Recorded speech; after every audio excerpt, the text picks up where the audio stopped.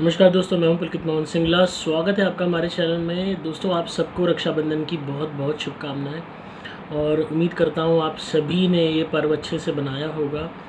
सभी बहनों को मेरी तरफ से बहुत बहुत बधाई, सभी भाइयों को मेरी तरफ से बधाई।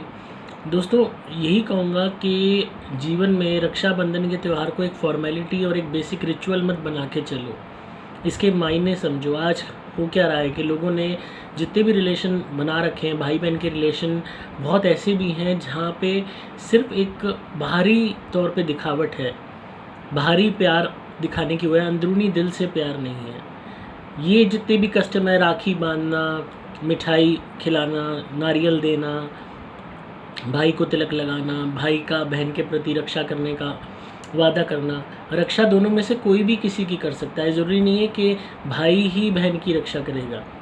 अगर भाई कमज़ोर है तो बहन भी इतनी हिम्मत वाली होनी चाहिए कि उसकी रक्षा कर सके। ये दोनों तरफ दायित्व होते हैं। और उसके अलावा मेन चीज़ है कि आप खाली फॉर्मेलिटी के लिए जाके राखी बंधवा रहे हो, या आप राखी बांध के आ रही हो, मिठाई खिला रही हो, बदले में आप एक्सपेक्ट कर रही हो गिफ्ट मिले, या भाई एक्सपेक्ट कर रहा है कि बहन आके राखी बांधे। पर जहाँ बात होती है ज़रूरत की, एक दूसरे के काम आने की, एक दूसरे की मदद करने की, एक दूसरे के दुख दर्द को समझने की, वहाँ आप दोनों में से कोई एक नदारद है या आप दोनों ही एक दूसरे को याद नहीं करते, तो फिर उस सब का पर्व का कोई फ़ायदा नहीं, वो सिर्फ एक दिखावा हुआ। रक्षाबंधन आप बना रहे हो, अच्छी बात है, पर दिल से भी एक दूसरे के लिए हमेशा मदद के लिए हाजिर रहो। बहुत सी ऐसी फैमिलीज़ हैं जहाँ पे बहनें परेशान होती हैं, ससुराल में परेशान होती हैं हमारी बहनें, उनको मार पिटाई झेलनी पड़ती है, चाहे दहेज के लिए, चाहे किसी और कारण से गाली गलौज झेलनी पड़ती है, अत्याचार झेलना पड़ता है। वो भाइयों से मदद मांगती हैं, भाई आते नहीं हैं, मदद करते नहीं हैं। माँ बाप से कहती हैं हमें अपने साथ रख लो, ये पति मुझे बहुत मारता है, ये घर वाले बहुत सताते हैं, ये ससुराल वाले जीने नहीं देते, किसी दिन मेरे साथ कुछ हो जाएगा, किसी दिन मैं कुछ कर लूँगी, मुझे घर बुला लो, मुझे मायके बुला लो। माँ बाप कह देते हैं कि भाई वहीं रहे, सहती रहे, एक बारी हमने शादी कर दी तो तेरी अर्थी वहीं से उठ निकलेगी, डोली और अर्थी एक ही जगह से होती है। ये जो धारणाएं गलत बना रखी हैं, ये अत्याचार को बढ़ावा देती हैं। माँ बाप पल्ला झाड़ लेते हैं क्योंकि उन्हें डर होता है कि बेटा नहीं मानेगा।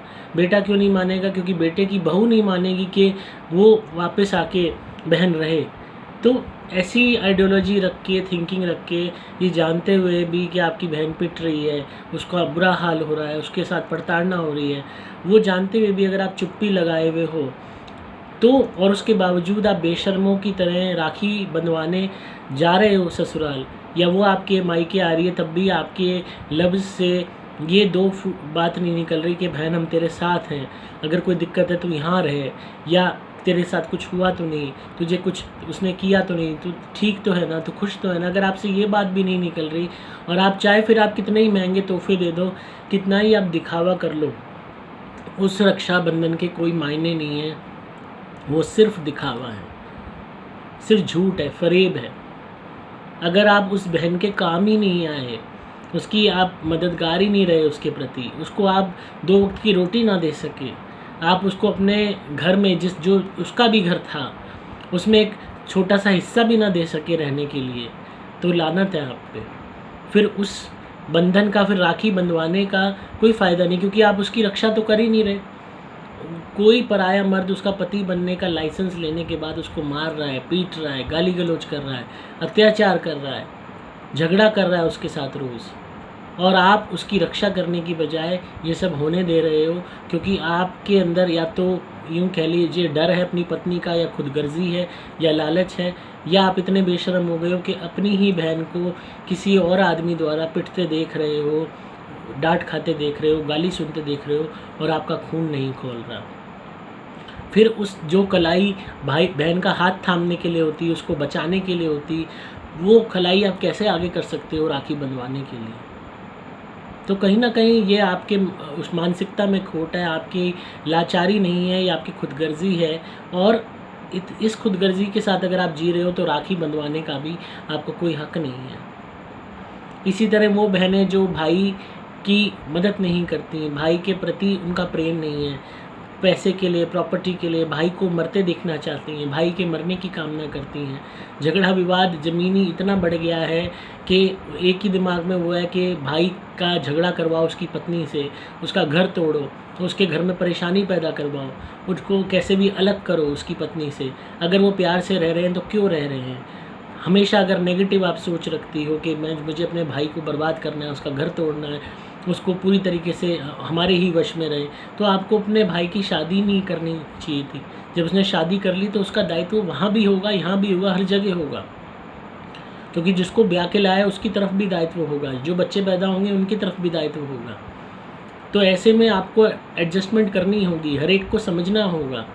और वो ना करके अगर आप, बहुत मेरे पास केसेस आते हैं जहाँ बहनों ने भाइयों के ऊपर वशीकरण कर दिए माँ के साथ मिलके कि इनकी गृहस्थी को ख़राब करो, इनकी शादी को तोड़ो। और इस तरीके की मानसिकता के साथ फिर आप अगर राखी बांध रही हो तो कोई हक नहीं है आपको भाई कहने का, आप तो दुश्मन से भी बदतर हो। तो कोई भी संबंध भाई बहन के बीच अगर ऊपरी हैं, ऊपरी दिखावे के हैं और मन में प्यार नहीं है, मन में विश्वास नहीं है एक दूसरे के प्रति, मन में एक दूसरे के प्रति वो भाव नहीं है जो होना चाहिए भाई बहन का, तो कितना ये राखी बंधवाना ये सब दिखावा है, इसके कोई मायने नहीं माने जाएंगे। अक्सर लोग इस बात को लेके भी मुँह फुलाते हैं कि राखी बहुत सुंदर होनी चाहिए, बहुत बड़ी होनी चाहिए, बहुत हैवी होनी चाहिए। अगर हल्की सी राखी ले आई, नॉर्मल सी राखी ले आई तो क्या लाई है, ये भी कुछ लाई है। अक्सर भाइयों के बच्चे जो राखी बंधवाते हैं वो तक इस बात को मीन मेक करते हैं कि राखी अच्छी होनी चाहिए, अट्रैक्टिव होनी चाहिए, तो फिर ज़्यादा होने चाहिए साथ में आए हुए, तो हमारे लिए राखी मानी जाएगी। आप ये नहीं देख रहे कि आपकी बहन अफोर्ड कर सकती है या नहीं कर सकती, और वो आप बात भूल जाते हो कि अब वो किसी और पे डिपेंडेंट है।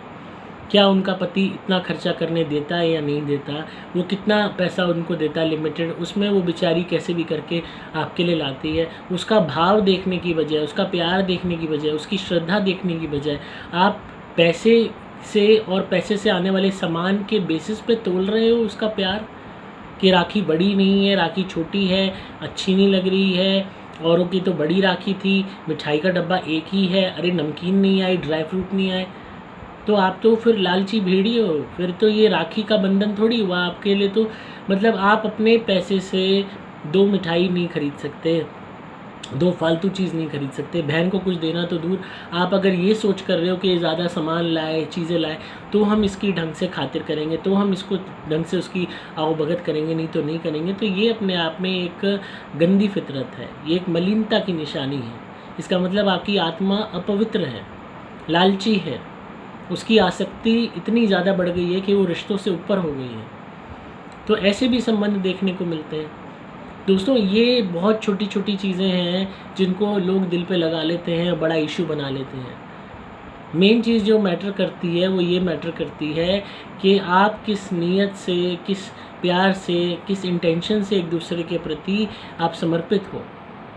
मैं आपको अपनी राखी दिखाता हूँ, मैंने उस पर भी डाली थी, कम्युनिटी में भी फ़ोटो, इंस्टाग्राम वगैरह पर भी डाली थी। ये देखिए कलावा, ये कलावा है मेरी राखी, कोई फैंसी नहीं है, कोई डेकोरेशन नहीं है, कुछ नहीं है, ये है मेरी राखी।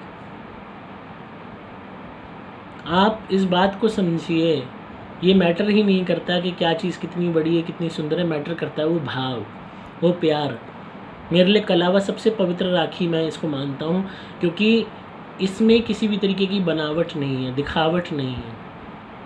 एक प्रेम भाव से, एक श्रद्धा भाव से एक दूसरे के प्रति संकल्प लेना कि हम एक दूसरे के प्रति समर्पित रहेंगे, एक दूसरे की मदद करेंगे, एक दूसरे को प्यार करेंगे, एक दूसरे के सहारा बनेंगे, ये होता है एक संकल्प जो राखी पे लिया जाना चाहिए। ना कि ये कि कितने तोहफे आ रहे हैं, कितना सामान आ रहा है। अक्सर लोग टाइम को लेके भी वो चीज़ करते हैं, ये वाला टाइम है, इस टाइम में नहीं करना, उस टाइम में नहीं करना, इस टाइम में रावण की बहन ने बांधी थी तो ये हो जाएगा, उस टाइम में ये हुआ था।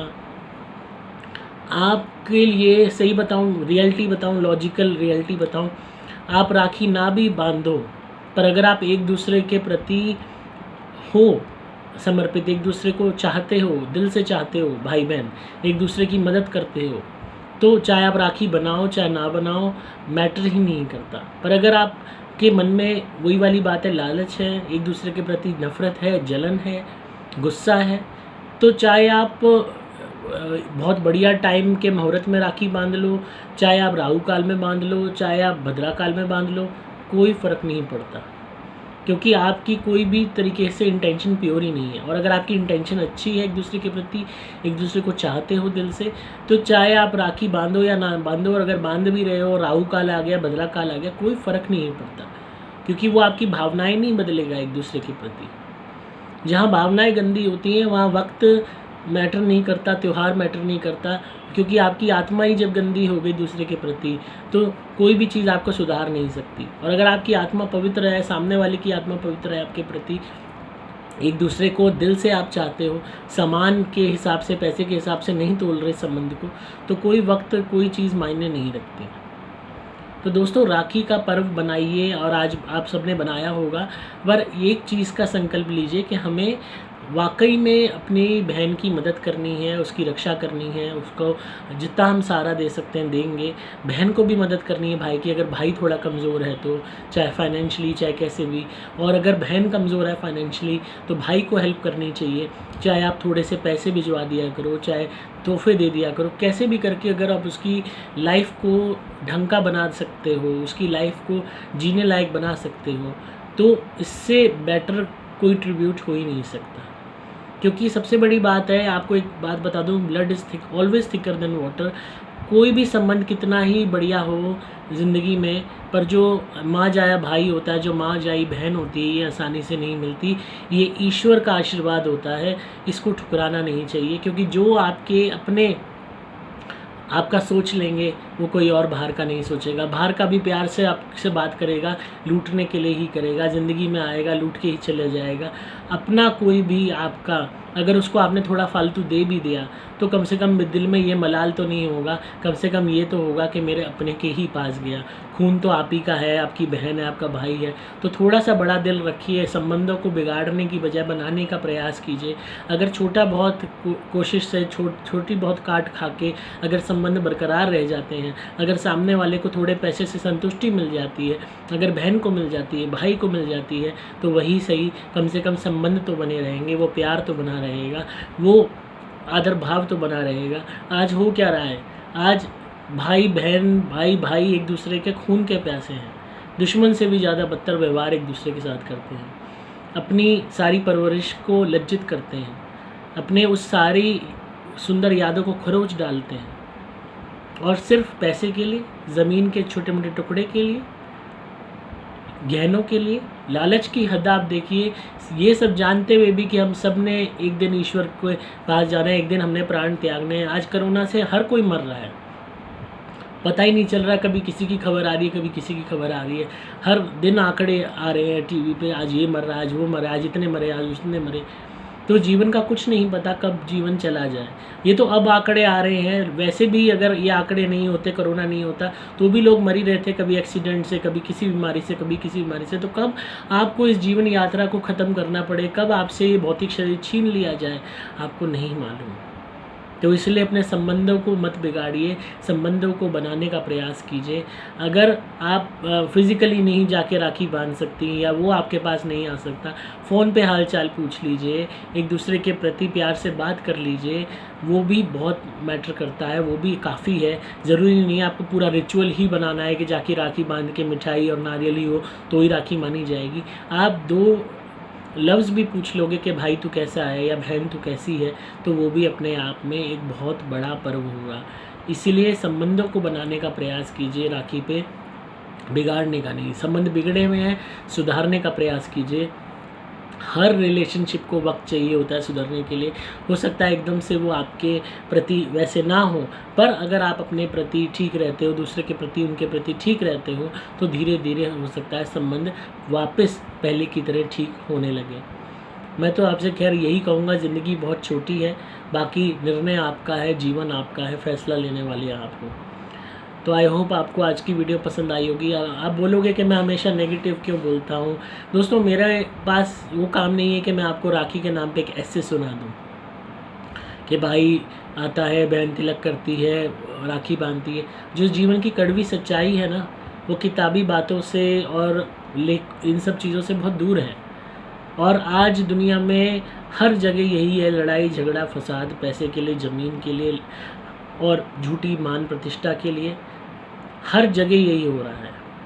तो ये बहुत ज़रूरी है कि आपको आईना दिखाना, खुद भी आईने को देखना और अपनी कमियों को पहचानना, उनको दूर करना, ताकि इस जीवन यात्रा को हम सफल बना सकें।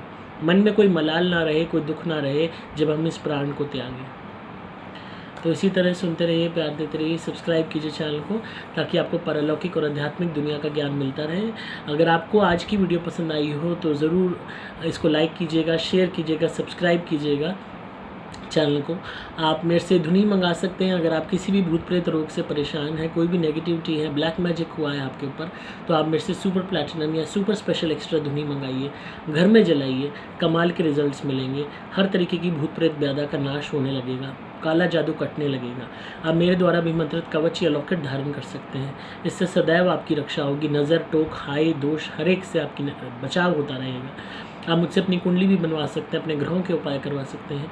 पेड कॉल कंसल्टेशन बुक करके अपने केस के विषय में बात कर सकते हैं। आपको सिंपली मोबाइल नंबर 8130331007 पे व्हाट्सएप मैसेज या कॉल करना होगा। डिस्क्रिप्शन में आपको डिटेल्स मिल जाएंगी। मैं हूँ आपका दोस्त पुलकित मोहन सिंगला।